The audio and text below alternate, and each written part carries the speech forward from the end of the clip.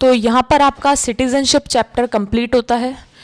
अगर आपको ये डाउट है कि मैंने एक्वायर्ड सिटीज़नशिप के बारे में नहीं पढ़ाया, तो मैंने उसमें, क्योंकि इतना इम्पॉर्टेंट नहीं है, आपने सिर्फ ये पढ़ लिया by birth, bye naturalisation, bye incorporation of territories and bye registration, और आप इसको डिटेल में पढ़ सकते हैं, बुक से आप इसको डिटेल में पढ़ सकते हैं।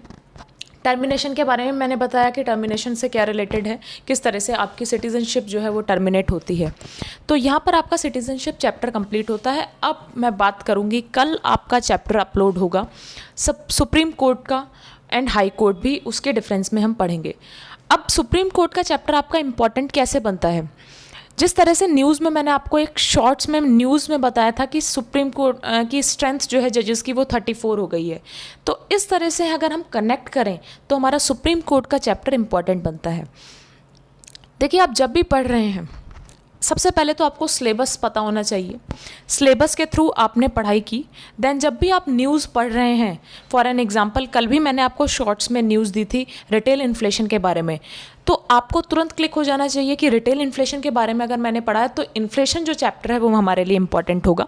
ये मैं पॉलिटी से हट के बात कर रही हूँ, एक तरह से आपको न्यूज़ के बारे में मैं बता रही हूँ कि अगर रिटेल इन्फ्लेशन के बारे में पढ़ा है आपने तो आपका इन्फ्लेशन चैप्टर इंपॉर्टेंट बनता है।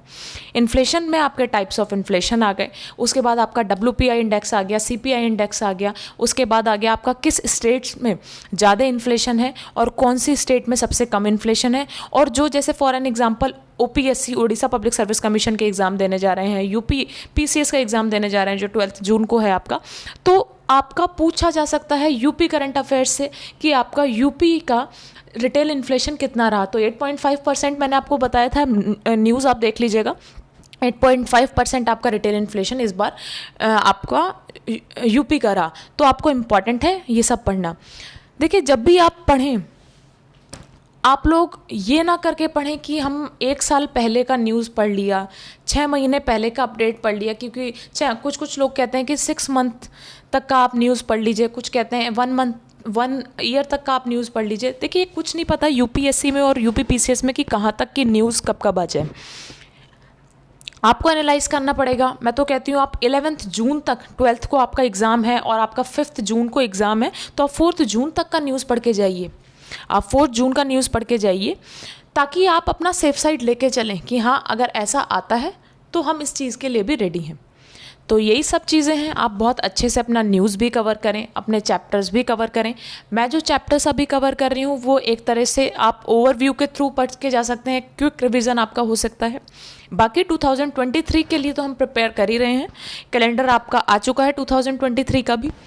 तो उस तरह को देखते हुए कि हमारे चैप्टर्स जो हैं जल्दी से कवर होते रहेंगे। पॉलिटी पहले ख़त्म होगा, उसके बाद मैं मॉडर्न हिस्ट्री भी लेकर आऊँगी, इसके बाद हम इन्वायरमेंट एंड इकोलॉजी भी पढ़ेंगे।